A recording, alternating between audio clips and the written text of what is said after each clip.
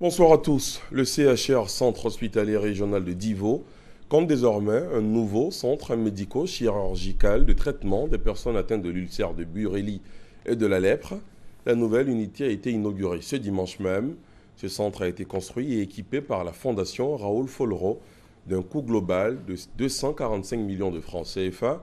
L'inauguration s'est faite en présence du ministre de la Santé et de l'Hygiène publique. On en reparle dans le 20h. Aujourd'hui, 21 février, est commémorée la Journée internationale des langues maternelles. Cette année, l'accent est mis sur l'importance de l'éducation, de qualité et de l'apprentissage des langues, en particulier la langue maternelle, dès les premières années d'enseignement. Ici en Côte d'Ivoire, l'introduction des langues maternelles dans le système éducatif est un projet déjà à l'étude. Un séminaire réunit à Bingerville les doctorants des 3 bureaux régionaux de l'Agence universitaire de la francophonie. Les participants sont issus de plus de 12 pays. Le but est d'accompagner et donner des orientations à ces doctorants dans leurs travaux de recherche. À l'étranger, plus de 7,5 millions de Nigériens appelés aux urnes ce dimanche pour des élections présidentielles et législatives. 15 candidats briguent la magistrature suprême, dont Mahamadou Issoufou, chef de l'État sortant au pouvoir depuis 2011. Mais ils doivent aussi élire 171 députés. Pour voter, il faut être muni d'une carte d'identité, d'un livret de famille ou d'un permis de conduire. Le vote par témoignage est aussi possible, une modalité très controversée dans le pays. Reportage. Au Niger, plus de 7,5 millions d'électeurs ont voté ce dimanche 21 février. En Côte d'Ivoire, plus de 31 000 Nigériens ont participé au scrutin. Ils ont tous voté 2 fois en choisissant d'abord un bulletin unique pour élire leur président parmi les 15 candidats.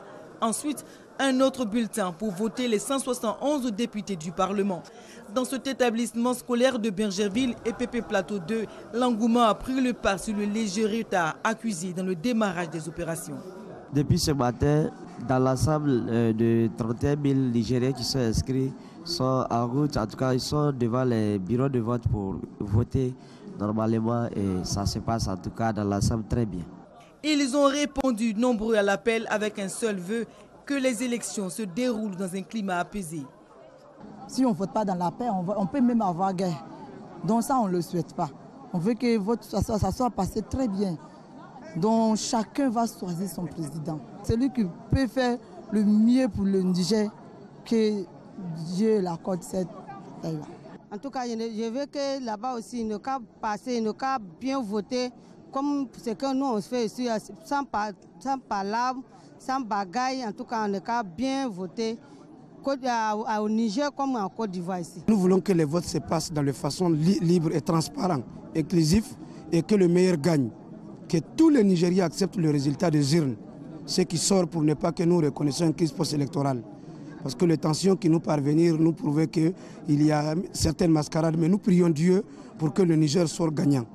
Munis d'une carte consulaire, d'un livret de famille ou d'un permis de conduire, les Nigériens choisissent leur candidat dans le calme, selon les témoignages recueillis. Un léger détachement des forces de sécurité ivoiriennes assure le maintien de l'ordre dans le centre de vote. Au Niger, la campagne électorale a été émaillée de vives tensions politiques entre partisans du président sortant et opposants. Mahamadou Issoufou, l'actuel président, brigue un second mandat et promet la victoire au premier tour. Comme les Nigériens, les Comoriens votent ce dimanche pour le premier tour de la présidentielle. Un scrutin où s'affrontent 25 candidats, dont une femme, dans un climat de suspicion de fraude dénoncée par plusieurs prétendants. Les opérations ont cependant pris du retard dans plusieurs régions, faute de matériel électoral. On termine avec l'actualité culturelle ici en Côte d'Ivoire, marquée par le concert donné hier par Ismaël Isaac.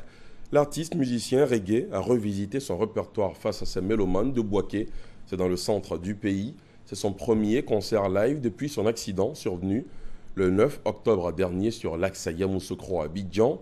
Ce concert, baptisé Concert de la Renaissance, a été un véritable moment de communion entre l'artiste et les populations de Bouaké. Toutes les images et les sonorités à suivre évidemment dans la grande édition. Ce sera dans maintenant un peu moins de 2 heures. À tout à l'heure.